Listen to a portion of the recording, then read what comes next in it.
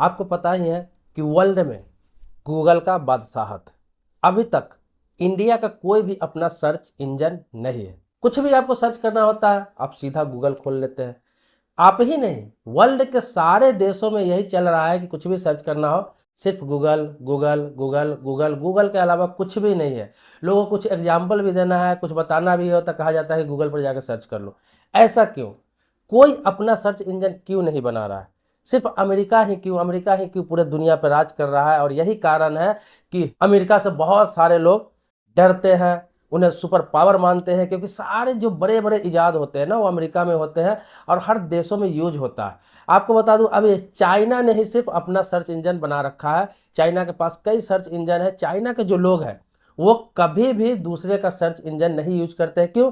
क्योंकि सरकार ने वहां बैन कर रखा है। चाइना का अपना यूट्यूब है, अपना इंस्टाग्राम है, अपना फेसबुक है, अपना एक्स है, सारा सर्च इंजन खुद का उसके पास है, खुद का गूगल भी है, अलग अलग नामों से। दूसरे जगह का सारा सर्च इंजन बैन कर रखा है। उसका कहना है कि दूसरे देशों का सर्च इंजन हम इस्तेमाल करते हैं तो हमारा डाटा उन देशों के पास चला जाता है। कभी वर्ल्ड वार होगा, डिजिटल वर्ल्ड वार होगा, उसमें उस डाटा का गलत इस्तेमाल किया जा सकता है। इसीलिए उसने सब कुछ अपना इजाद कर लिया है और अमेरिका को कड़ी टक्कर दे रहा है। अब क्या है, भारत भी इसी लाइन में लग गया है। अब भारत ने भी अपना सर्च इंजन बनाने का फैसला ले लिया है। उस सर्च इंजन का नाम है कॉमेट। ये बहुत दिनों से इस पर काम चल रहा था और बहुत जल्द आपके मोबाइल में देखने को मिल जाएगा कॉमेट नाम का सर्च इंजन, जो गूगल को टक्कर देगा। और जैसे गूगल पर सारी चीज़ों को आप सर्च करते हैं, पोर्टल देखते हैं, बहुत सारी चीज़ें खोजते हैं, वहाँ पे सारी चीज़ आपको उपलब्ध मिलेगा। बिल्कुल गूगल जैसा ही रहेगा, लेकिन थोड़ा फीचर अलग होगा। ये इंडियन होगा। प्रेप्लेक्सिटी नाम की एक कंपनी है भारत में जो 50 करोड़ डॉलर की फंडिंग जुटा लिया है, जो लगभग भारत का 4400 करोड़ रुपया होता है। और इसमें बहुत सारे लोग सहयोग कर रहे हैं, बड़ी बड़ी कंपनियां सहयोग कर रही है, जैसे ओपन एआई।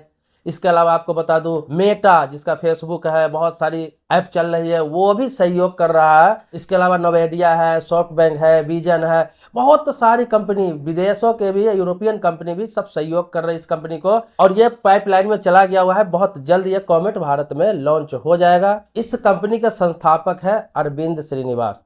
नाम सही लग रहा हो कि भारतीय है, तो समझ लीजिए कि बहुत जल्दी, एक बार और नाम सुन लीजिए, ऐप का नाम होगा कॉमेट और यह जल्द आपके मोबाइल में होगा और आप इसमें सर्च कर सकेंगे। और धीरे धीरे आने वाले समय में प्रधानमंत्री मोदी ने भी, आपने सुना होगा कि 15 अगस्त को लाल किला से यह घोषणा किया है कि जितने भी युवा, चाहे आईआईटी के सेक्टर में काम कर रहे हो, इंजीनियरिंग के सेक्टर में काम कर रहे हो, सॉफ्टवेयर के सेक्टर में काम कर रहे हो, सभी से आह्वान किया कि आप क्यों नहीं बनाते अपना इंस्टाग्राम, आप क्यों नहीं बनाते अपना फेसबुक, आप क्यों नहीं बना रहे x handle. Social media platform का इजाद करिए, आप लोग उसको मार्केट में लाइए। सरकार से फंडिंग की जरूरत पड़ी तो सरकार आपको सहयोग करेगी जुटाने के लिए फंडिंग, आपका इसको डेवलपमेंट के लिए सहयोग करेगी। तो युवाओं से आह्वान किया गया है इन सभी चीज़ों के लिए भी कि अलग अलग जो भी प्लेटफॉर्म है सोशल मीडिया जो लोग यूज कर रहे हैं वो अपना बनाया जाए, ताकि आने वाले समय में खुद का सब चीज़ हो, अपना डाटा अपने देश में रहे। और आपको बता दूं गूगल भी इजाद होने ही वाला है बहुत जल्द। अब देखिए प्रधानमंत्री मोदी को ये क्यों जरूरत पड़ी है आह्वान करने की, और क्यों किया जा रहा है ये सब, वो इसलिए किया जा रहा है क्योंकि होता क्या है कि आप जो भी यूज कर रहे हैं ना, तो उस ऐप के पास सारा आपका डाटा चला जाता है। डाटा चला जाता है तो होता क्या है, उससे कोई दिक्कत नहीं है। कोई भी ऐप कंपनी है वो डाटा आपका सुरक्षित रखती है। ज़्यादा से ज़्यादा डाटा किसी कंपनी को बेच देती है तो आपको कॉल आ सकता है किसी चीज़ के लिए, या फिर किसी चीज़ के लिए आपको एडवर्टाइज आ सकता है, विज्ञापन आ सकता है, वो अलग चीज़ें होती है। लेकिन उसका गलत दुरुपयोग नहीं कर पाता है। जो ओरिजिनल ऐप है ना वो गलत दुरुपयोग आपके डाटा का नहीं करता है। हाँ, जो बहुत सारे थर्ड पार्टी ऐप है वो करता है। इसीलिए प्रधानमंत्री मोदी का कहना यह है कि ये सब अमेरिकन कंपनी है, यूरोपियन कंपनी है। अब होता क्या है कि कल हो के किसी प्रकार के हमें उनसे मतभेद हुआ, किसी प्रकार का कोई मनमुटाव हुआ, तो वह गलत फायदा उठा सकता है, क्योंकि पूरे देशवासी का डाटा उसके पास है। जैसे आपने अभी हाल ही में देखा होगा, थोड़ा सा मनमुटाव हुआ, क्या हुआ, 25% से लेकर 50% तक टैरिफ लगा दिया गया हमारे भारतीय उत्पादों पर। मतलब हमारे देश का कोई भी सामान अमेरिका में बिकेगा उस पर 25% से लेकर 50% तक टैक्स लिया जाएगा अमेरिकन सरकार की तरफ से। तो ऐसे ऐसे लोग गलत फायदा उठाते हैं।